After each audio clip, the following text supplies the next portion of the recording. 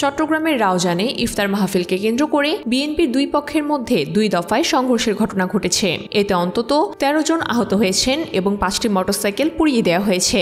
বুধবার 19 মার্চ বিকেল 4টায় উপজেলার নোয়াজেশপুর ইউনিয়নের 4 নম্বর ওয়ার্ডের মদন চৌধুরীর বাড়ির জামে মসজিদ মাঠে প্রথম দফায় সংঘর্ষ ঘটে। এরপর সন্ধ্যা 7:30টায় ইউসুফ খাঁর দিঘি এলাকায় আবারও সংঘর্ষ হয়। প্রথম সংঘর্ষে বিএনপি চেয়ারপারসনের উপদেষ্টা গোলাম আকবর খন্দকারের অনুসারী যুবদল কর্মী মোহাম্মদ কাইয়ুম হন। অন্যদিকে বিএনপির কেন্দ্রীয় ভাইস চেয়ারম্যান গিয়াসউদ্দিন কাদের চৌধুরীর অনুসারী যুবদল নেতা গাজী মোর্শেদ দেশীয় অস্ত্রের আঘাতে আহত হন। তাদের চট্টগ্রাম মেডিকেল কলেজ হাসপাতালে ভর্তি করানো হয়েছে।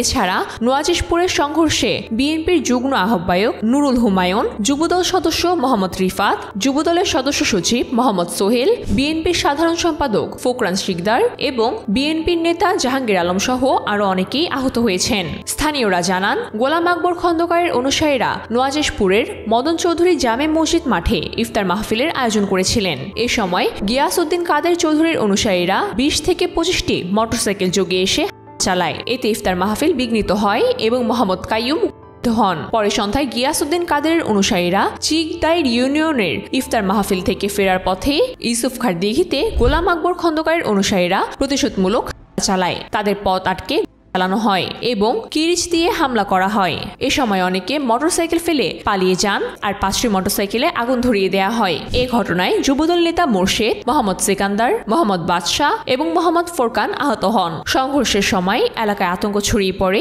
স্থানীয়রা নিরাপত্তার জন্য আশেপাশের দোকানপাট বন্ধ করে দেন। রাউজান থানার উপপরিদর্শক নাসির উদ্দিন জানান, খবর পেয়ে আমরা ঘটনাস্থল পরিদর্শন করি। সংঘর্ষের ঘটনাটি তদন্ত করে প্রয়োজনীয় ব্যবস্থা নেওয়া হবে। রাজনৈতিক বিশেষজ্ঞরা মনে করছেন, দলীয় কোন্দল ও অভ্যন্তরীণ বিভাজন থেকে এ ধরনের সংঘর্ষের সৃষ্টি হয়েছে।